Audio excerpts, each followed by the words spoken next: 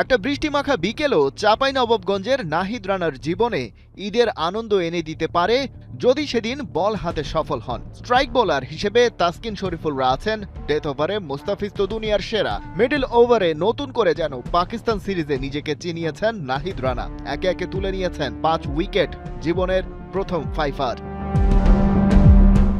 বোঝা হয়ে গেছে ওকে দলে টেনে নিতে ভুল করেনি পাকিস্তান সুপার লিগের ফ্র্যাঞ্চাইজি পেশোয়ার জালমি। এ নিয়ে পাকিস্তান সিরিজের পর বাংলাদেশের মোট 6 ক্রিকেটার কনফার্মড হয়েছেন পিএসএলে।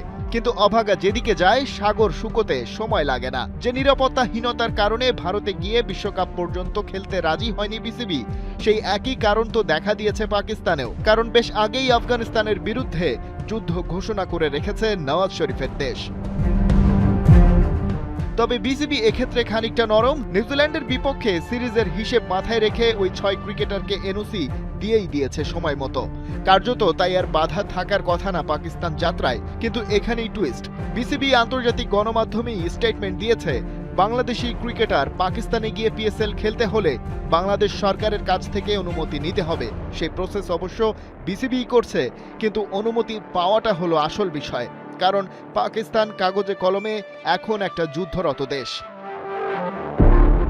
ওদিকে পাকিস্তানের ক্রিকেট বোর্ড এ ধরনের কনসার্ন টের পেয়ে বেশ বড় সড়ো একটা স্টেটমেন্ট প্রকাশ করেছে।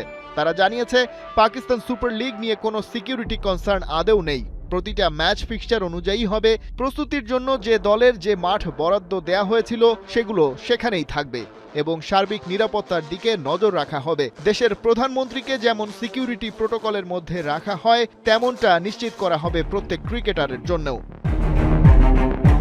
প্রথমে শোনা গিয়েছিল পিএসএল খেলতে অস্ট্রেলিয়ান কিছু ক্রিকেটারের আপত্তি এসেছে নিরাপত্তা ইস্যুর কারণে, তাই ব্যাকআপ প্ল্যান হিসেবে টুর্নামেন্ট দুবাইয়ে সরিয়ে নেয়ার চিন্তাও করেছিল তারা।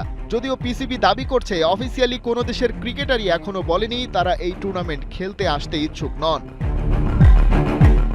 তবে একটা বিষয় তো এড়ানো যাচ্ছেই না, কাছাকাছি সময়ে শুরু হতে যাওয়া আইপিএল এর ক্ষেত্রেও যেটা বাস্তব। মধ্যপ্রাচ্যের চলমান সামরিক উত্তেজনার কারণে বেসামরিক বিমান চলাচল থমকে আছে। তাই বিকল্প রুট ঘুরে আসতে হচ্ছে ক্রিকেটার এবং টুর্নামেন্টের সাথে সংশ্লিষ্ট ব্যক্তিদের। ফ্লাইট শিডিউল জটিলতার কারণে সবাই আসতে পারবেন কিনা সেটা নিয়েও আছে জোর সন্দেহ। খালিদ জামিল, ৭১।